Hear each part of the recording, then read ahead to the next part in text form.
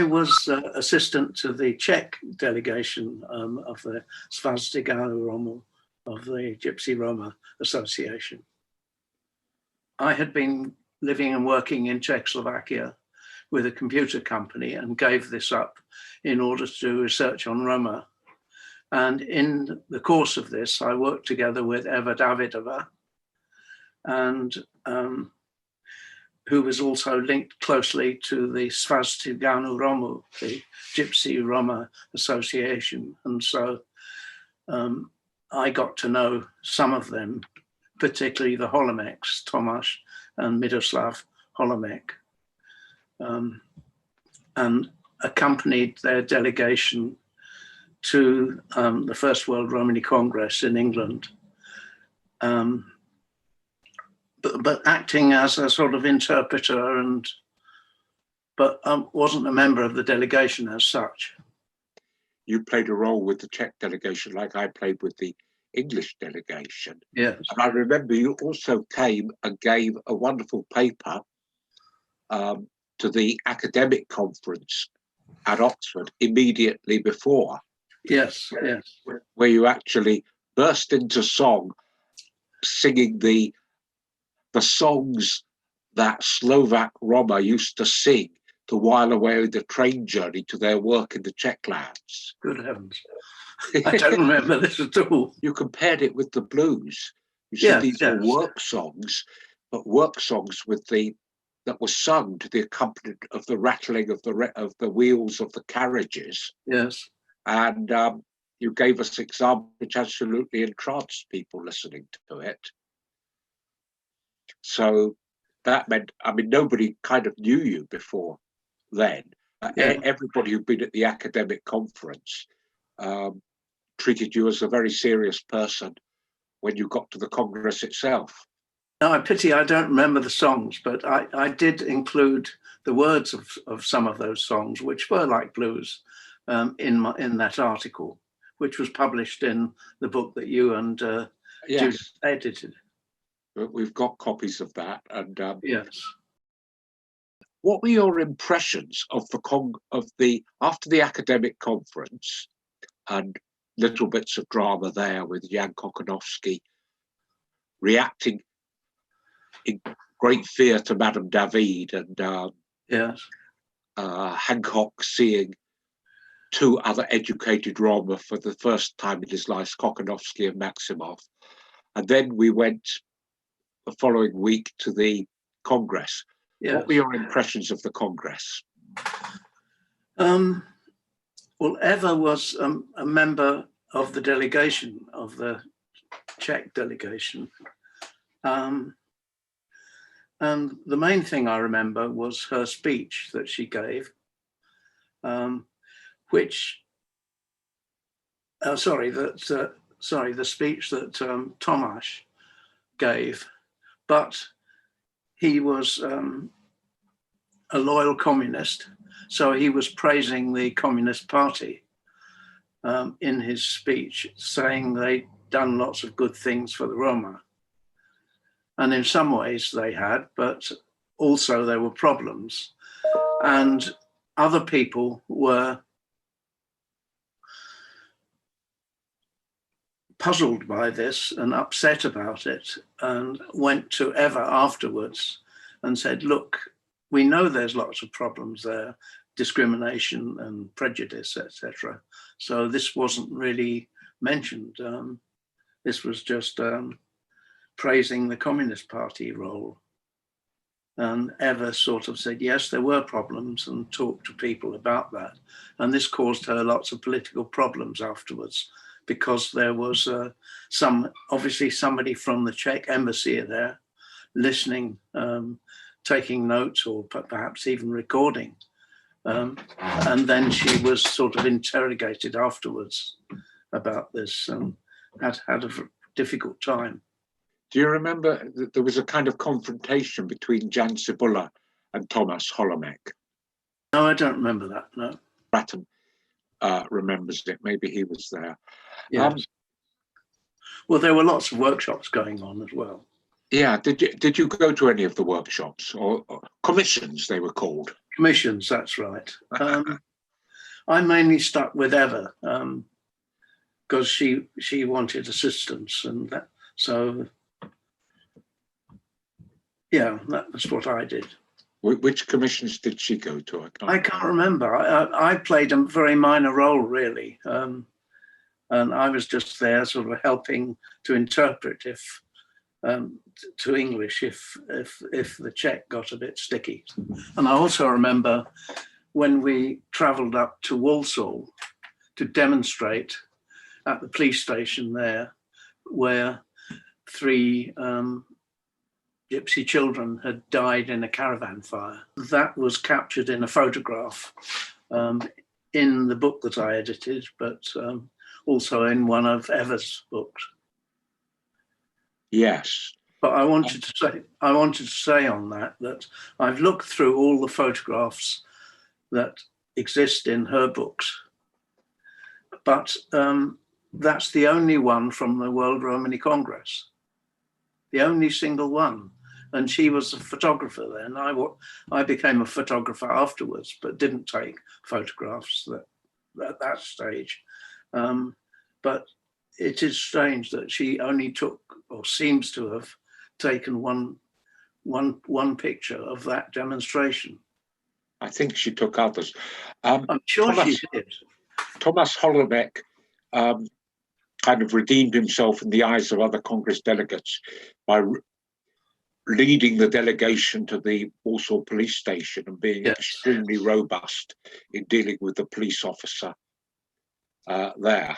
Yes. And it's a striking picture as well, with all the delegates sort of holding up a banner and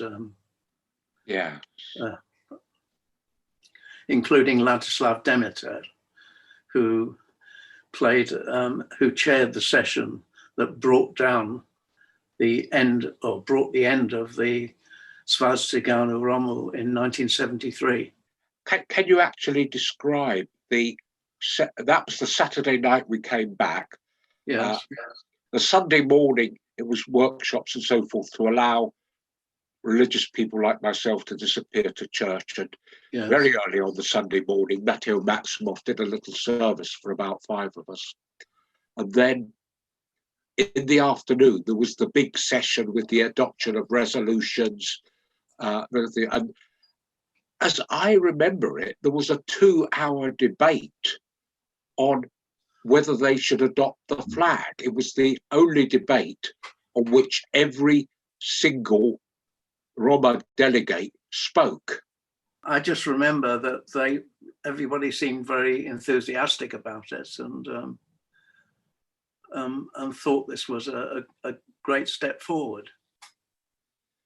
Going back to Czech Roma politics, you mentioned that Ladislav Demeter was there. Yes. The Czech Roma... He's in the photograph singing lustily, holding a banner. So yes. Yes, and by 73, he'd moved to another line. Can you say what was the effect of participation in the World Romani Congress on Czech and Slovak Roma politics? At that time, and again, this is speculation, but the Czech and Roma associations had supported the government, the communist government, which had taken repressive measures in Czechoslovakia following the invasion of Soviet troops. So the communists were in desperate need of allies or any organizations which would support them. And two of the organizations which did support them were the Czech and Slovak organization of Gypsy Roma, Svaz Tiganu Romu. So in a way that sort of gave them security for a short time, but by 73, they were accusing these organizations of not functioning properly, of not going among the Roma, ordinary grassroots Roma. It was just a leadership thing. There were also accusations of financial improprieties. But in fact, the organizations had an impossible task.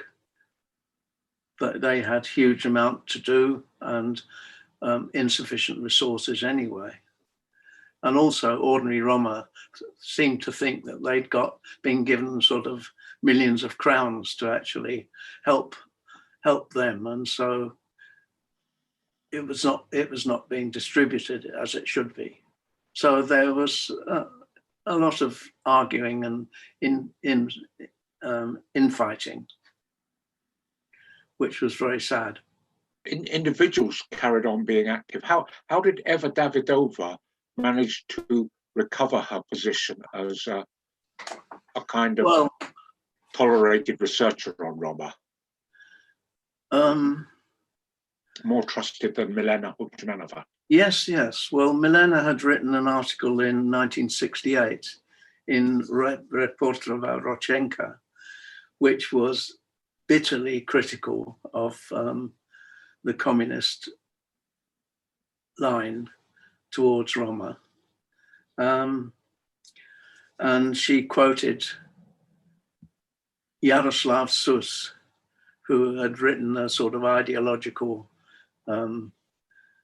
justification of why Roma should not be regarded as a nation or a nationality, and therefore the best thing for them was to assimilate as fast as possible. So Eva was cautious, I'll say, and didn't stick her neck out as far as Milena did. And she was allowed to continue her work. If you remember, we wrote an article in Race Today about Czechoslovakia's policy, and that was very brave of Eva to put her name to that, because in it we had evidence that, well, quotes showing that that,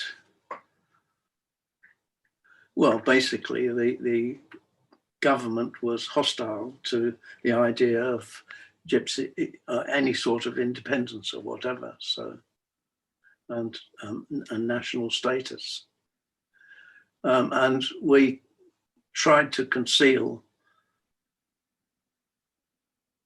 the criticism to some extent by giving ambiguous title to the article, which was Czechoslovakia solves its gypsy problem. And we had a quote, I've forgotten, it was from Stalin or whoever, but anyway, a sort of an approved quote, which looked as though we were being loyal, but in fact, hidden within this was evidence of the government breaking laws by not allowing Roma to register, who migrated from Slovakia to the Czech lands, but they were not allowed to register as residents. And so they sort of lived with relatives. And yes, it was. In other words, the disillusionment of state functionaries allowed you to get away with an awful lot of research, accumulation of material and so forth, yes, provided you weren't openly confrontational. Yes. Yeah. And I think I was lucky because although Eva had problems following her discussion with other delegates at the conference, I think Tomasz put in a good word for me with the authorities, that I was a good, loyal supporter of the communist state or whatever. And so I was seen as a sort of a positive character. But at that time, at that time, the Soviet representatives in the embassy had been expelled from the UK. So Czechoslovakia had taken over that role, and they were desperately trying to recruit academics who would toe the party line and be sort of sleeping partners, as it were. So I was invited to the National Day, which I found very strange. I couldn't see what I was doing there, but anyway, I didn't want to upset them, so I went along. And then I was called in to see an official who then, I thought he was going to talk about Roma, but he talked about universities all the time. So that's why in the context, I thought they were trying to recruit me, as it were. And so I tried to be pretend to be as stupid as possible and as ineffectual and unimportant. So the official looked very puzzled, but it let me go at the end, and nothing ever came of it, thank goodness. But I was very worried that I would not be given a visa to travel to Czechoslovakia and continue my studies, but that never happened. We've got this period in the mid-70s when there are all of these individuals in touch with each other, having private discussions, accumulating materials, saying different things in private to what they were saying in public. Yes. I wonder if you could say anything about the period leading up to the time when Anton Fatsuna wrote the first version of what became the statutes of the new International Romani Union. I don't think I've got sufficient background on that, but what I do know was that it was a strange time because some officials within the regime were actually very sympathetic to the Roma. For example, the editor of the journal Demography, Vladimir Srb, continued to use the word Roma in their articles, which again, the official documents didn't use. So he was actually a great supporter of Roma and their attempts to better themselves. He invited me to write an article about the situation, which I did. And he then gave it back to me and said, "I'm sorry, we can't possibly publish this. This is far too critical." So I therefore had to modify what I was doing, but I still was able to carry on doing research. And when Eva and I were doing fieldwork in Slovakia, we were followed by the secret police who were looking for evidence of what we were doing. And I think I've told you this, but I left out a Lenin book, The Highest Stage of Communism or something like that, by my bed, just for them to find. And I also left an incredibly complicated sort of family tree of all the Roma in the village that we were studying, just to do their heads in. So, and on the final thing there, that we managed to get rid of this particular policeman because the hotel owner where we were staying knew his mother, and that this policeman was terrified of her. And she was a friend of the mother. So she told the mother about how her son had been pestering her and her guests. And so this policeman got a good talking to from his mother and left us alone after that. I suppose one of the points about the Anton Fatsuna and the IRU constitution is that version of the IRU constitution and every subsequent shows the strong marks of what used to be called democratic centralist positions, that Yes. the authority flows from the presidium downwards, who approve candidates Oh, yes. and Yes. so forth. To what extent do you think that the people who've been involved in the First World Romani Congress, which never adopted a constitution until 79, it followed the... to what extent do you think they thought that that democratic centralist statutes could serve as a camouflage for a much more freewheeling political movement? I don't think the Czech officials in the organisation were thinking like that. I think they were loyal communists. The communists had fought for them in the First Republic. The Communist Party was the only party that actually stood up for Roma, and they had survived the war. And whereas they were Moravian Roma, but most of those had been killed off in the concentration camps and gas chambers. There weren't many survivors, and all the Roma in the Czech Republic after that, almost all, migrated from Slovakia. Okay. So they were actually quite loyal to the party. All right. Can I turn back? Slovakia was different, I think. Yeah. But I didn't have so much contact with them. Okay. Can I turn back to the Congress itself for a moment? There were communal meals. It was in a school. We kind of had school dinners prepared by Brian Raywood. What's your memory of the atmosphere and the socialization at mealtimes and so forth? Well, I thought people were very friendly and didn't have too many arguments or anything like that. I got a very good impression of the atmosphere there.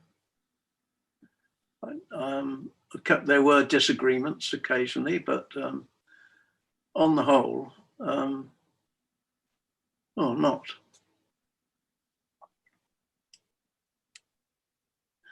Mind you, I was together. I always was working closely with the Czech delegation and ever, so I didn't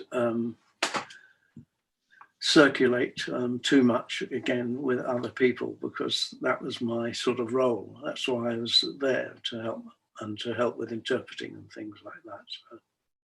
Is there anything else you'd like to just remark, to kind of sum up about it?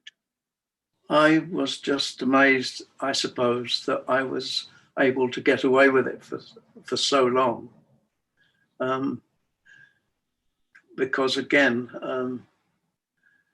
we were followed by, the Czech authorities were very puzzled about what on earth we were doing, and thought that I was actually a spy from Western, from the West, and that I was using the Roma research as a cover.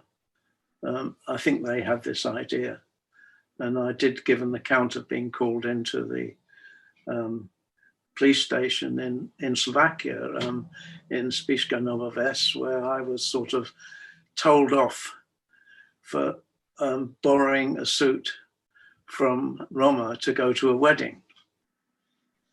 And that's when I responded, "Comrade, you should be proud that the gypsies in your country are at such a high level that they can lend suits to people from the capitalist West." And I got a very dirty look from the woman interrogating me, but it never got beyond that, really. So again, I took risks, and so did Eva, but we seemed to survive.